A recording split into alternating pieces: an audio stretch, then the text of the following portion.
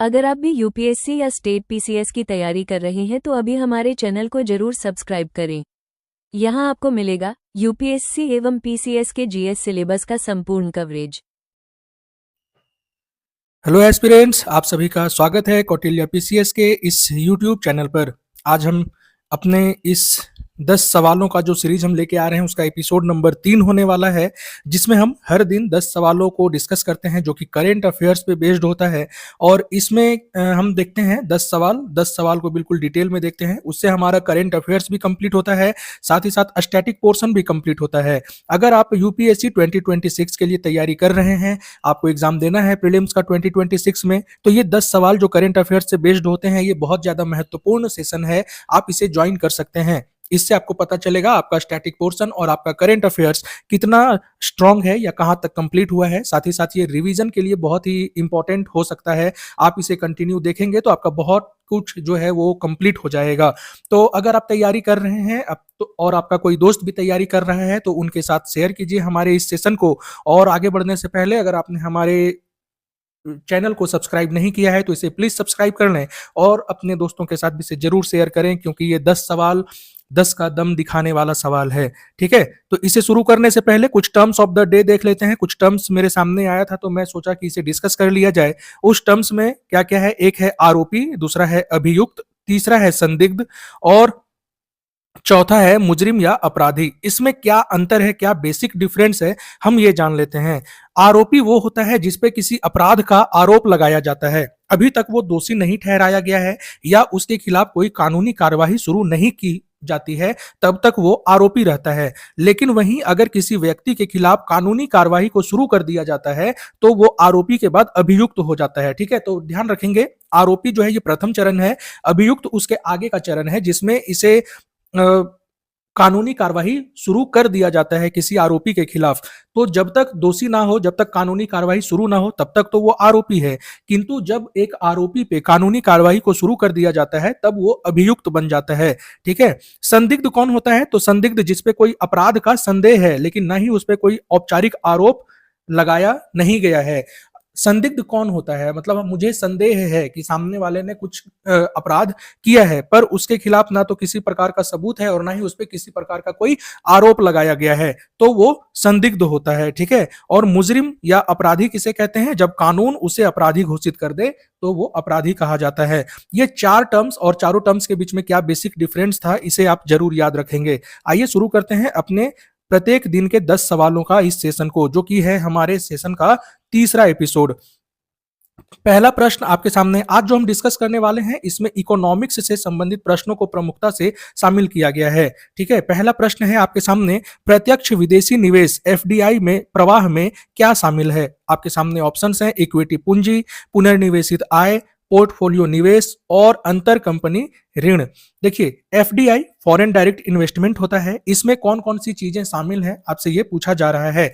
FDI का सबसे पहला जो विशेषता है वो ये है कि ये एक दीर्घकालिक निवेश होता है। ठीक है, दीर्घकाल तक रहने वाला निवेश है। इसमें से अगर कोई ऐसा है जो कि शॉर्ट टर्म इन्वेस्टमेंट हो तो उसे हम एफडीआई में नहीं रखेंगे। तो इसमें से शॉर्ट टर्म इन्वेस्टमेंट कौन सा है? देखिए, पोर्टफोलियो निवेश, ये शॉर्ट टर्म है। ठीक है, पोर्टफोलियो निवेश जो है ये शॉर्ट टर्म है, इसे कभी भी मार्केट से निकाला जा सकता है, ये ऐसा इन्वेस्टमेंट है। तो जहां जहां पे थर्ड आ रहा है ऑप्शन में, उसे आप कट करते चलें। देखिए, एलिमिनेट ऐसे होता है, ये जहां पे तीसरा ऑप्शन है वो खत्म हो गया है ना। तो अब इक्विटी पूंजी, पुनर्निवेशित आय और अंतर कंपनी ऋण, इन तीनों को शामिल किया जाता है एफडीआई में। तो आपका ऑप्शन क्या सही हो जाएगा? ऑप्शन नंबर सी आपका सही आंसर हो जाएगा। हम अपने एक अलग से एपिसोड लेके आएंगे जिसमें हम बात करेंगे एफडीआई के बारे में।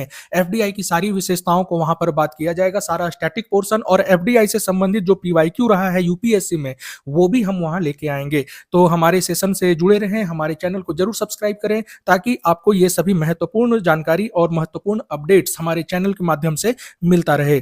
आइए आगे बढ़ते हैं और शुरू करते हैं अपने दूसरे क्वेश्चन को। दूसरा प्रश्न है हमारे सामने एमएसपी के बारे में। न्यूनतम समर्थन मूल्य के संदर्भ में निम्नलिखित कथनों पर विचार करें। पहला कथन है, यह कृषि कीमतों में किसी भी तीव्र गिरावट के खिलाफ कृषि उत्पादकों की रक्षा के लिए सरकार द्वारा बाजार हस्तक्षेप का एक रूप है। दूसरा स्टेटमेंट है न्यूनतम समर्थन मूल्य कुछ फसलों के लिए बुआई के मौसम के अंत में घोषित किए जाते हैं। और थर्ड स्टेटमेंट है इसकी घोषणा कृषि लागत एवं मूल्य आयोग की सिफारिशों के आधार पर जारी की जाती है। अगर आप एमएसपी के बारे में कंटिन्यू पढ़ रहे होंगे तो आपने बहुत बार पढ़ा होगा कि एमएसपी को फसल बुआई के पहले शुरू किया जाता है, ना कि अंत में। ठीक है, तो ये दूसरा स्टेटमेंट जो है ये आपका गलत हो जाएगा। और बाजार हस्तक्षेप योजना है सरकार के द्वारा, तो ये आपका सही स्टेटमेंट है और इसकी घोषणा सीएसीपी के सिफारिश के आधार पर की जाती है। तो सीएसीपी जो है आपका कृषि लागत एवं मूल्य आयोग ये सिफारिश करता है, ये ध्यान रखेंगे। तो इसमें आपका कितना स्टेटमेंट सही हो जाएगा? ऑप्शन नंबर बी केवल 2। ठीक है, तीसरा स्टेटमेंट गलत क्यों था? क्योंकि फसल बुआई के प्रारंभ में ही एमएसपी की घोषणा की जाती है। थर्ड स्टेटमेंट है हमारे सामने, थर्ड क्वेश्चन है हमारे सामने, तांबरम से चेंगलपट्टू तक नई रेल लाइन को सरकार द्वारा मंजूरी दी गई है। तो तांबरम से चेंगलपट्टू तक जो नई रेल लाइन को मंजूरी दी गई है ये किस राज्य में स्थित है, आपसे ये पूछा जा रहा है। आपके सामने ऑप्शंस हैं केरल, तेलंगाना, कर्नाटक और ऑप्शन डी में है तमिलनाडु। ठीक है, ऑप्शन डी में क्या है? तमिलनाडु। अब आपको बताना है कि ये तांबरम से चेंगलपट्टू रेल लाइन जो बिछाई जा रही है ये किस राज्य में स्थित है। तो इसका सही आंसर हो जाएगा ऑप्शन डी, तमिलनाडु में ये स्थित है। लगभग 30 किलोमीटर की इसकी लंबाई है। ठीक है, स्टेट पीसीएस वगैरह की दृष्टि से इसे याद रख लीजिए, 30 किलोमीटर की इसकी लंबाई है और इसे भारतीय रेलवे के ऊर्जा खनिज एवं सीमेंट कॉरिडोर के रूप में चिन्हित किया गया है। तांबरम से चेंगलपट्टू तक, देखिए ऑप्शन डी यहाँ पे मेंशन था तमिलनाडु। तो जो तांबरम से चेंगलपट्टू तक जो रेल लाइन बिछाई जा रही है उसे भारतीय रेलवे के ऊर्जा खनिज एवं सीमेंट कॉरिडोर, ठीक है, ध्यान रखेंगे ये इंपॉर्टेंट है, ऊर्जा खनिज एवं सीमेंट कॉरिडोर के रूप में चिन्हित किया गया है किसे? तांबरम से चेंगलपट्टू तक जो रेल लाइन बिछाई जा रही है। आइए आगे बढ़ते हैं और देखते हैं क्वेश्चन नंबर 4 को। क्वेश्चन नंबर 4 है हमारे सामने, होर्मुज जलडमरू मध्य के संदर्भ में निम्नलिखित कथनों पर विचार करें। होर्मुज जलडमरू मध्य बहुत बार पीसीएस में पूछा गया है, जो इस बार 71st बीपीएससी का एग्जाम हुआ है उसमें भी ये क्वेश्चन पूछा गया था सीधा सीधा, है ना। तो यह पहला स्टेटमेंट है, यह फारस की खाड़ी को ओमान की खाड़ी और अरब सागर से जोड़ता है। और दूसरा स्टेटमेंट है, कतर से भारत का एलएनजी आयात मुख्य रूप से होर्मुज जलडमरू मध्य के माध्यम से होता है। लिक्विफाइड नेचुरल गैस इसका फुल फॉर्म है, याद रखेंगे। तो पहला स्टेटमेंट तो बिल्कुल सही है, होर्मुज जलडमरू मध्य जो है ये फारस की खाड़ी को ओमान की खाड़ी और अरब सागर से जोड़ता है, ये स्टेटमेंट बिल्कुल सही है। और दूसरा स्टेटमेंट जो है, कतर से भारत का लिक्विफाइड नेचुरल गैस का आयात जो है ये होर्मुज जलडमरू मध्य के माध्यम से होता है, तो ये भी बिल्कुल सही है। ओमान की खाड़ी से जुड़ता है अरब सागर और यहीं पे होर्मुज जलडमरू मध्य है, तो वहीं के उसी रूट से कतर के द्वारा जो भेजा जाता है एलएनजी, ये इसी रूट से आता है। तो ये दोनों स्टेटमेंट जो है बिल्कुल सही है, ध्यान रखेंगे। ठीक है, तो इसका आंसर क्या हो जाएगा क्वेश्चन नंबर 4 का? Option C. देखिए, जब आप वर्ल्ड मैप को देखेंगे, वर्ल्ड मैप तो मैं यहाँ नहीं ला पा रहा हूं, पर अब मैं कोशिश करूंगा कि ऐसे क्वेश्चन में मैप भी आपको दिखा दिया जाए। ठीक है, तो जब आप मैप को देखेंगे तब वहां आपको ये होर्मुज जलडमरू मध्य, ओमान की खाड़ी, अरब सागर और इनसे लगे हुए देशों के नाम मिलेंगे। तो अब आपका एक काम है, आप हमें वो चेक करिए और कमेंट बॉक्स में जरूर ये बताइए कि कौन कौन से देश हैं जो होर्मुज जलडमरू मध्य, ओमान की खाड़ी से लगते हैं। ठीक है, कल मैंने आपको एक ऐसा ही क्वेश्चन बताया था जो कि बहुत इंपॉर्टेंट था। इन सभी को एक जगह पे आप लिखते चले जाएंगे, जो रिवीजन में आपके लिए आसानी रहेगा और यहां से क्वेश्चन बार बार बनता है, इसलिए इसे याद रखना जरूरी है। अब आगे बढ़ते हैं क्वेश्चन नंबर 5 की तरफ। खाद्य एवं ईंधन मुद्रास्फीति मुख्यतः निम्नलिखित कारणों से संचालित होती है। खाद्य एवं ईंधन मुद्रास्फीति का बात पूछ रहा है, तो किस कारण से? कारणों में दो कारण यहाँ पे दिए हुए हैं। पहला है प्रमुख पेट्रोलियम निर्यातक देशों की उत्पादन नीतियां ईंधन मुद्रास्फीति का बात बोल रहा है, तो ये बिल्कुल सही हो जाएगा। और दूसरा है खाद्य उत्पादन को प्रभावित करने वाली मौसम संबंधी घटनाएं, तो ये भी बिल्कुल सही हो जाएगा। मैंने बार बार कहा है कि कुछ क्वेश्चन कॉमन सेंस से भी सही होता है, उसके लिए आपको बहुत चीज पढ़ने की आवश्यकता नहीं है। तो खाद्य वाला मुद्रास्फीति अगर खाद्य को प्रभावित करने वाला जो मौसमी घटनाएं हैं तो मुद्रास्फीति तो बढ़ेगा ही, और जो पेट्रोलियम उत्पादक निर्यातक देश हैं उनकी नीतियों के कारण ईंधन से संबंधित मुद्रास्फीति में बदलाव आएगा। तो ये दोनों स्टेटमेंट जो है ये आपका सही हो जाएगा। प्रश्न नंबर 5 का ऑप्शन सी सही आंसर हो जाएगा। ठीक है, अब देखते हैं हम लोग क्वेश्चन नंबर 6 को, जो कि संबंधित है उपभोक्ता मूल्य सूचकांक के से संबंधित है। तो उपभोक्ता मूल्य सूचकांक से के बारे में निम्नलिखित कथनों पर विचार करना है। यहाँ 3 कथन आपको दिया हुआ है। पहला स्टेटमेंट है, यह उन वस्तुओं और सेवाओं की कीमतों के सामान्य स्तर में समय के साथ होने वाले परिवर्तन को मापता है जिन्हें परिवार उपभोग के लिए प्राप्त करते हैं। अब उपभोक्ता मूल्य सूचकांक है तो उपभोग के लिए जिन वस्तुओं को पाया जाता है उसमें क्या परिवर्तन हो रहा है, इसी को मापेगा। तो ये सही स्टेटमेंट है। दूसरा है, मूल्य अस्थिरता से बचने के लिए इसमें खाद्य और ईंधन घटकों को शामिल नहीं किया गया है।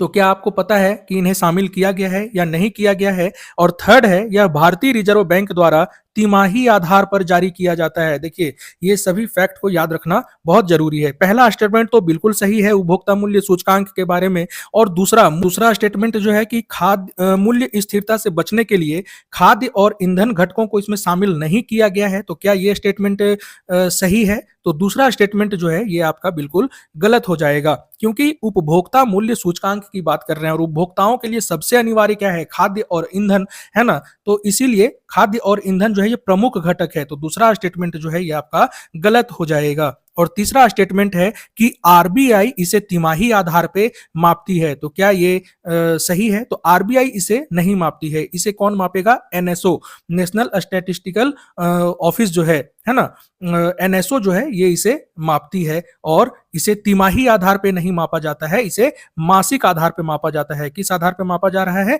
मासिक आधार पे मापा जा रहा है। तो इन तीनों स्टेटमेंट में क्या सही है क्या गलत है मैं आपको बता चुका हूं, एक बार फिर से बता देता हूं ताकि आप इसे अच्छे से समझ सकें। ठीक है, पहला स्टेटमेंट सही है। दूसरा में खाद्य और ईंधन शामिल होगा ही होगा, नहीं होने का बात ही नहीं है। और तीसरा है मासिक आधार पर जारी किया जाता है, भारतीय रिजर्व बैंक के द्वारा नहीं, एनएसओ के द्वारा। ठीक है, तो इसमें आपका 2 स्टेटमेंट तो गलत है। अब आपसे पूछ रहा है कितने कथन सही हैं। तो क्वेश्चन नंबर 6 का जो आंसर हो जाएगा वो हो जाएगा केवल 1। केवल पहला स्टेटमेंट ही जो इसमें है वो सही है। अब देखते हैं प्रश्न नंबर 7 को। केंद्रीय बैंक डिजिटल मुद्रा के संदर्भ में निम्नलिखित कथनों पर विचार करें। CBDC, central bank digital currency, यह भारत की भौतिक मुद्रा का डिजिटल रूप है। और दूसरा स्टेटमेंट है, इसका उपयोग अंतरराष्ट्रीय भुगतान को सुविधाजनक बनाने के लिए किया जा सकता है। ठीक है, तो पहला स्टेटमेंट तो बिल्कुल सही है, भारत की भौतिक मुद्रा का डिजिटल रूप है। और दूसरा स्टेटमेंट भी सही है कि इसका भुगतान अंतरराष्ट्रीय भुगतान को सुविधाजनक बनाने के लिए किया जा सकता है। ये दोनों स्टेटमेंट सही हैं। और वर्तमान में आरबीआई के गवर्नर कौन है? तो वो है संजय मल्होत्रा। नाम याद रखेंगे, संजय मल्होत्रा। उन्होंने इसके संबंध में कुछ बातें कही हैं, है ना, इसे स्टेबल बनाने के लिए बात कही है। और जो वो होता है बिटकॉइन होता है उसके जगह पे सीबीडीसी को बढ़ावा देने की बात कही है। इसलिए ये जो है वर्तमान में न्यूज में है। तो क्वेश्चन नंबर 7 का सही आंसर क्या हो जाएगा? दोनों स्टेटमेंट सही है, यानी कि ऑप्शन सी आपका सही आंसर हो जाएगा। आगे बढ़ते हैं और देखते हैं क्वेश्चन नंबर 8 को। देखिए, टर्मिनोलॉजी से भी सवाल बनाया जा सकता है, इसलिए हमने शुरुआत में ही कुछ टर्म्स को भी आज डिस्कस किए थे। और यहाँ एक सवाल जो है वो टर्मिनोलॉजी पे ही आधारित है। आउटटर्न रेशियो, OTR, आउटटर्न रेशियो को किस प्रकार परिभाषित किया गया है? आपके सामने 4 ऑप्शन है। पहला है प्रसंस्करण के बाद कच्चे माल से उपयोगी उत्पाद की प्राप्ति। दूसरा है इनपुट लागत और आउटपुट लागत का अनुपात। तीसरा है उत्पाद की एक इकाई के उत्पादन के लिए आवश्यक कच्चे माल की मात्रा। और ऑप्शन डी है विनिर्माण प्रक्रिया के दौरान खपत ऊर्जा का अनुपात। तो इसका सही आंसर क्या हो जाएगा? Out turn ratio. इसका सही आंसर है ऑप्शन ए। प्रसंस्करण के बाद कच्चे माल से उपयोगी उत्पाद की प्राप्ति को आउट टर्न रेशियो कहा जाता है। देखते हैं क्वेश्चन नंबर 9 को। क्वेश्चन नंबर 9 है हमारे सामने, निम्नलिखित कथनों पर विचार करें। पहला कथन है, चिली दक्षिण अमेरिका में भारत का दूसरा सबसे बड़ा व्यापारिक साझेदार देश है। तो क्या ये दूसरा सबसे बड़ा व्यापारिक साझेदार देश है? और दूसरा है, भारत मुख्यतः चिली से लिथियम का आयात करता है। इसमें से कौन सा कथन सही है, आपको ये बताना है। आपके ऑप्शन यहाँ पे हैं। देखिए, मैं आपको बता दूं, भारत में जो अभी लिथियम का प्रयोग बहुत ज्यादा मात्रा में बढ़ा नहीं है, इसलिए भारत प्रमुखता से लिथियम का आयात नहीं करता है, बहुत कम मात्रा में करता है। और इसमें चिली से लिथियम का आयात नहीं किया जाता है। तो क्वेश्चन नंबर, स्टेटमेंट नंबर 2 जो है ये आपका गलत हो जाएगा। और चिली दक्षिण अमेरिका में है बिल्कुल, लेकिन क्या ये भारत का दूसरा सबसे बड़ा व्यापारिक साझेदार देश है दक्षिण अमेरिका में? तो नहीं, ये जो है आपका 5वां सबसे बड़ा व्यापारिक साझेदार देश है चिली, है ना। तो ये चिली के संबंध में यहाँ पर दोनों कथन जो है ये आपका गलत हो जाएगा। तो इसका क्या आंसर हो जाना चाहिए क्वेश्चन नंबर 9 का? Option D. ऑप्शन डी, ना तो 1 ना ही 2। अब आपका एक काम है, आप हमें बताएंगे दक्षिण अमेरिका में स्थित कौन सा देश है जो भारत का दूसरा सबसे बड़ा व्यापारिक साझेदार देश है। ये आप कमेंट बॉक्स में हमें जरूर बताएंगे। चलिए अब आगे बढ़ते हैं और देखते हैं क्वेश्चन नंबर 10 को। क्वेश्चन नंबर 10 है हमारे सामने, निम्नलिखित में से कौन सा घटक बाह्य विदेशी प्रत्यक्ष निवेश का हिस्सा है? OFDI, outer foreign direct investment. ठीक है, तो इसमें 5 चीजें यहां पे दी गई हैं, आपको बताना है कि इसका हिस्सा कौन कौन सा है। आपके सामने ऑप्शंस हैं, इक्विटी, ऋण, जारी की गई गारंटी, विदेशी प्रतिभूतियों में पोर्टफोलियो निवेश और विदेशी देशों से मशीनरी का आयात। तो देखिए, मशीनरी का आयात जो है ये नहीं होगा, ये पूंजीगत निवेश में चला जाता है। पोर्टफोलियो निवेश भी इसमें शामिल नहीं होगा, है ना। पोर्टफोलियो निवेश जो है ये शॉर्ट टर्म के लिए इन्वेस्ट किया जाता है, तो ये भी एफडीआई का हिस्सा तो नहीं होगा, है ना। तो 2 जब हट गए तो यही 3 बच रहे हैं और यही 3 इसका सही आंसर है। ठीक है, तो क्वेश्चन नंबर 10 का जो सही आंसर है वो हो जाएगा ऑप्शन ए, 1, 2 और 3।